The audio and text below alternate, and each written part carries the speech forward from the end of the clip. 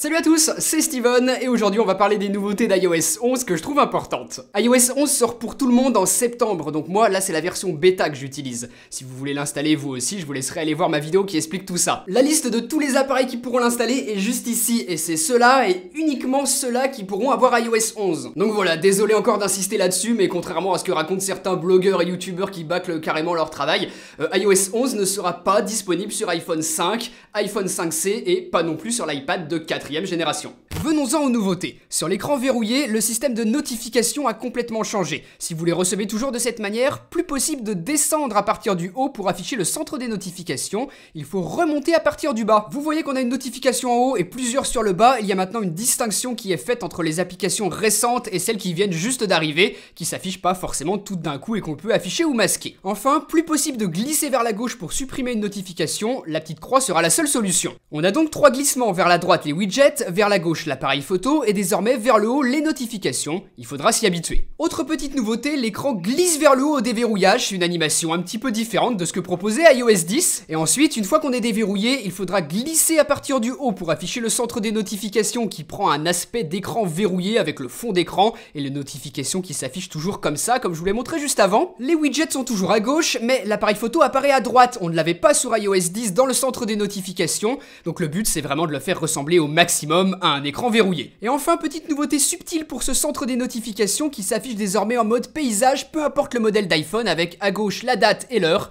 et à droite la colonne avec les notifications. La plus grosse nouveauté d'iOS 11, c'est ce nouveau centre de contrôle totalement changé, on l'affiche toujours en glissant vers le haut et voilà à quoi il ressemble. Fini les différentes pages d'iOS 10, ici tout est regroupé sur la même et un geste 3D Touch sur un réglage nous permet de le modifier plus précisément, ici par exemple le volume. Autre exemple avec la lampe torche, je vais pouvoir très facilement choisir le niveau d'intensité que je souhaite.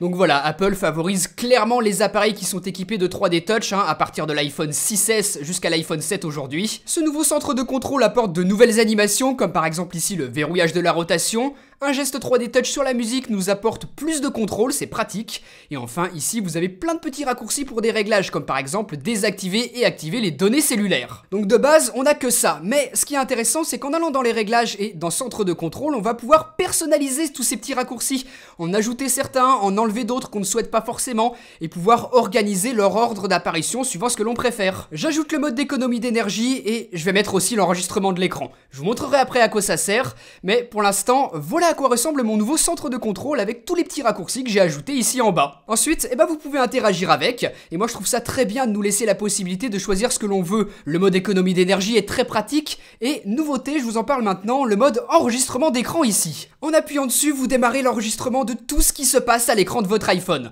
Donc je vais bouger un petit peu, et sur le haut, vous voyez qu'on a une barre bleue qui nous indique que l'enregistrement est en cours. Donc voilà comment ça marche. Pour arrêter, on appuie sur la barre. Non. Si, voilà, je me disais bien.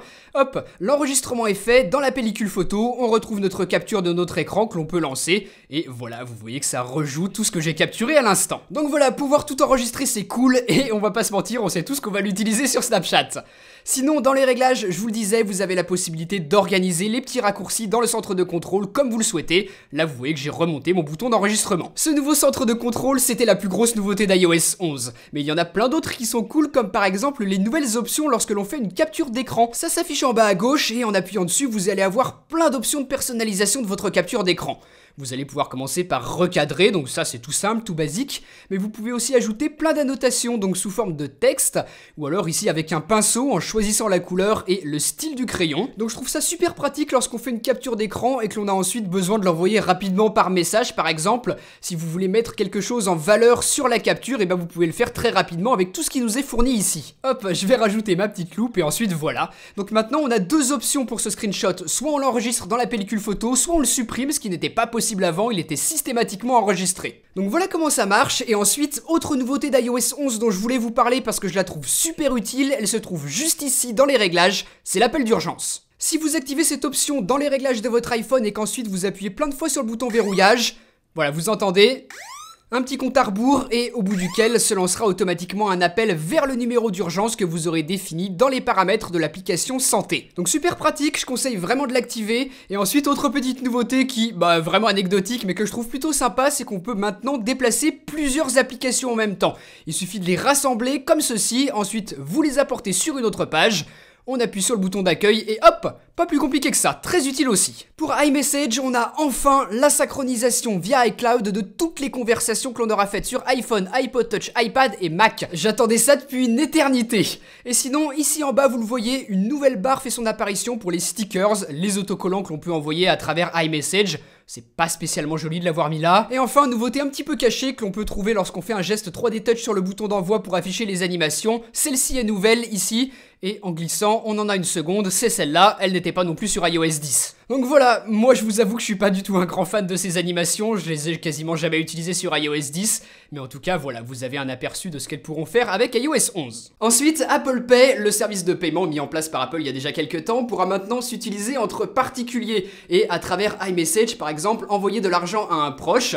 Donc ça va être très pratique, par exemple si dans une conversation message, vous êtes en train de dire à un ami, tiens, tu me dois 10 balles, hop, il peut vous rembourser instantanément avec Apple Pay. Ça va être pratique. Dans le dock, le nom des applications a été retiré, il reste présent ailleurs, et en plus de ça, pas mal d'applications ont un tout nouveau design, comme par exemple l'application calculatrice, que ce soit en mode portrait ou en mode paysage, vous voyez que c'est tout rond. L'application App Store change elle aussi pas mal à l'intérieur, Apple s'est très inspiré de ce qu'ils ont déjà proposé l'année dernière avec iOS 10 pour l'application Apple Music.